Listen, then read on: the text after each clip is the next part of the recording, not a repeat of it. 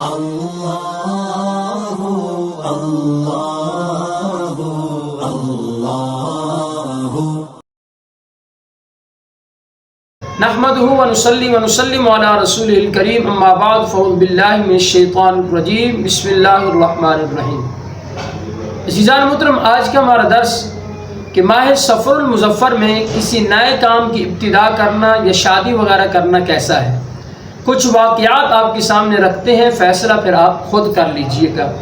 تو یاد رکھیے گا، ماہ صفر المظفر پہلی ہجری میں حضرت سیدنا علی المرتضی شیر خدا رضی اللہ تعالیٰ عنہ اور خاتون جنت پاک سیدہ کائنات سیدہ فاطمہ الزہراء رضی اللہ تعالیٰ عنہا کی شادی خانہ آبادی ہوئی۔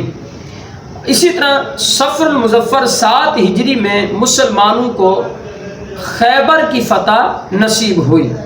صفر المظفر 8 ہجری میں سیف اللہ کا لقب پانے والے حضرت سیدنا خالد بن ولید رضی اللہ تعالیٰ عنہ، حضرت عمر بن عاص رضی اللہ تعالیٰ عنہ اور حضرت عثمان بن طلحہ رضی اللہ تعالیٰ عنہ، یہ تینوں شخصیات بارگاہ رسالت میں حاضر ہو کر دائرہ اسلام میں داخل ہوئے۔ ماہ صفر المظفر کا مہینہ تھا۔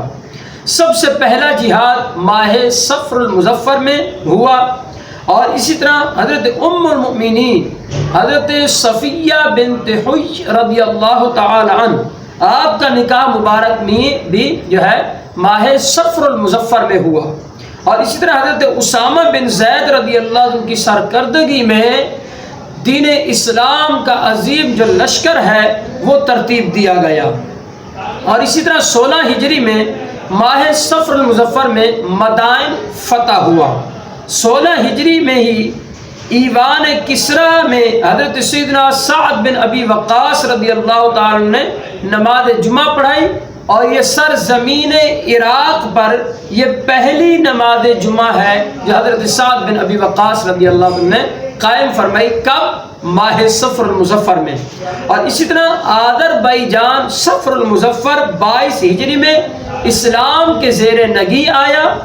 711 ہجری میں اسود انسی کذاب کو حضرت سیدنا فیروز دہلوی نے واصل جہنم کر کے عقیدہ ختم نبوت پر پہرا دیا۔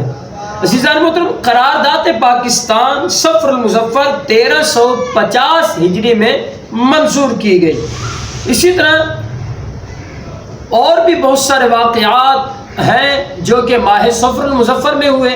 تو یاد رکھیے گا، اگر ماہ صفر المظفر منحوس ہوتا تو میرے آقا مولا صلی اللہ علیہ وسلم کبھی بھی اپنے لخت جگر کی شادی مبارکہ اس ماہ مبارکہ میں کبھی بھی نہ فرماتے۔ آئیے، جو لوگ کہتے ہیں کہ یہ وقت برا ہے، یہ دن برا ہے، یہ مہینہ برا ہے، زمانے کو گالیاں دیتے ہیں، برا بھلا کہتے ہیں، تو ان لوگوں کے لیے لمحہ فکریہ ہے کہ میرے آقا علیہ السلام کا فرمان ہے جو صاحب مشکات لے کر آئے امام بخاری اور مسلم کے حوالے سے۔ میرے آقا علیہ السلام نے ارشاد فرمایا کہ رب تبارک و تعالی ارشاد فرماتا ہے کہ ابن آدم مجھے ایذا دیتا ہے، یعنی گالیاں دیتا ہے، ایذا دیتا ہے۔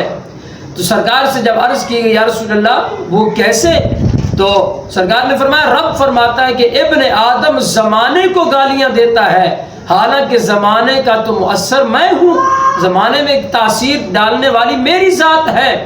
تو گویا کہ زمانے کے لوگ گالیاں دیتے ہیں، زمانے کو برا بھلا کہتے ہیں، تو حقیقت یہ ہے کہ زمانے کا مؤثر کون ہے؟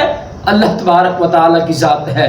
تو عزیزان محترم، ذرا غور و فکر کریں کہ جب آپ کسی مہینے کو، کسی دن کو، کسی وقت کو، کسی زمانے کو برا بھلا کہتے ہیں تو حقیقت میں یہ رب تبارک و تعالیٰ کی ذات کی طرف جو ہے وہ لوٹنا ہے، اور اس کی بارگاہ کی طرف یہ آپ کی باتیں وغیرہ اس کی بارگاہ کی طرف لوٹتی ہیں، اس لیے کہ ساری چیزوں کے بنانے والی ذات میرے رب کی ذات ہے۔ اللہ تبارک و تعالیٰ ہم سب کو اپنے عقائد و نظریات کی حفاظت کرنے کی توفیق عطا فرمائے۔